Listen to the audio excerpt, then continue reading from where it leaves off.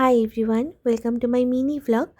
আজকে 3 তারিখ, জানুয়ারি মাসে 3 তারিখ, পূর্ণিমা, 2026-এর প্রথম পূর্ণিমা। আমরা গিয়েছিলাম রাম ঠাকুরের আশ্রমে।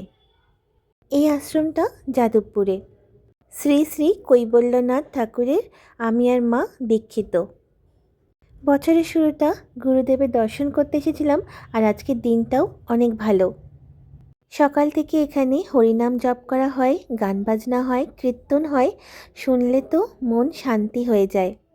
আমরা এসেই ফুল আর মিষ্টি দিয়ে দিয়েছিলাম। পুরোহিত মশাই নিয়ে পুজো দিয়ে দিয়েছে। তারপরে গুরুদেবকে ভোগ খাওয়ানো হলো।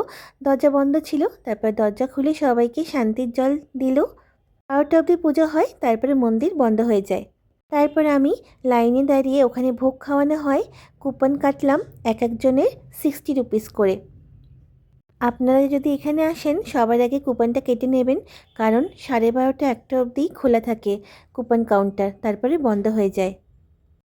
আমরা লাইনে দাঁড়িয়েছিলাম। লাইনটা দেখতে পাচ্ছেন কত লম্বা, আর আমার পেছনে অনেক লম্বা লাইন।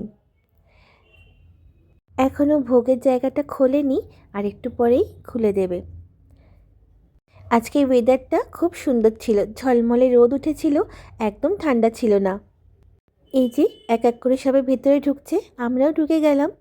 এখন এখানে ভোগ দেওয়া হচ্ছে ভাত, শুক্তো, ডাল, পনির, পোলাও, চাটনি, পায়েস আর একটা রসগোল্লা। আমরা এই আশ্রমে বছরে একবার চাল ডাল দান করি। ভোগ খাওয়ার পরে আমরা কিছুক্ষণ আশ্রমে বসলাম। মন্দির তো বন্ধ হয়ে গেছিলো, আবারও সন্ধ্যার সময় খুলবে। আজকে প্রচুর ভক্তরা এসেছিল আশ্রমে। আজকের দিনটাও অনেক ভালো ছিল, আর ওয়েদারটাও অনেক ভালো ছিল। যারা দীক্ষিত না তারাও এই আশ্রমে আসতে পারে। আজকে এইটুকুই। এখন আমরা বাড়ি যাচ্ছি। দেখা হচ্ছে নেক্সট ব্লগে। টাটা।